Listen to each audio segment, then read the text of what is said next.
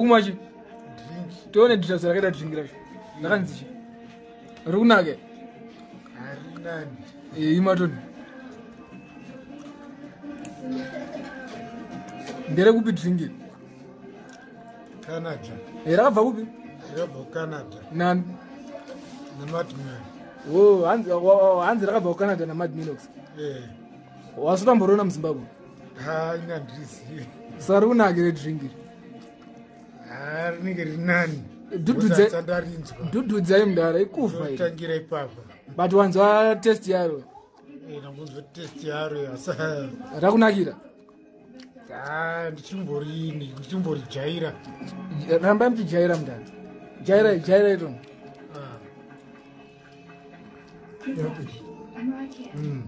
Mukunakira Mbare ruzuna.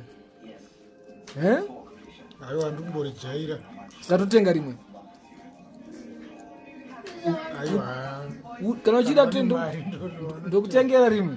Kana vane mari ya. Unyasorisa mfiriji. Eka. Andika? Yeah. Azwanike muno mndeze kupi? Canada. Yeah. Andikona mukunakira. Mama jaira kainyima mamirinda. Mamirinda ndowatakajaira muno.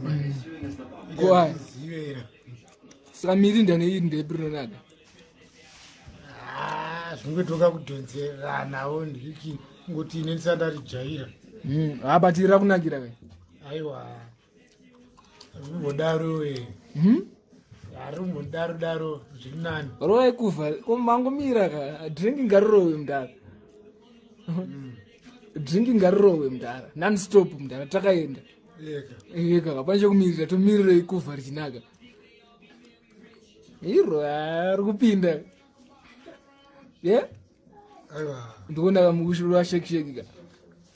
Aiwa, rinani. Yeah. Samkwanja kutengera R6 akadai handika. Aribo. Aiwa, aribo. Umunyaso mafamba R6. Aiwa, vajaira. Ndora tatuda tumwe. Madringe kuCanada. Eka. Kuti muZimbabwe, hayi muZimbabwe akubowa ndiko. Zimbabwe anyasendera nenusi. Mamoyo kuCanada mwiri unyasoda zvakanaka. Aiwa, iri riri kunditosa zvinani. Yeah. Fambai mndara. Fambai. Ambanje kumirira. Yeah. Ambanje kumirira. Rotoda kanika chingwa. Anika, amuna chingwe? Ingana yakadaro nomwika. Tombombanika chingwa, unyazorwa nika chingwa. Aiwa. Kana scone. Ne rice boga. Mpe rice. Mpamboro wa 2 spoons rice. Andika, achingurwa drink rake ubvati rice. Roa after rice. Wangodada. Motokaisa spoon rice ubvati kuva rako.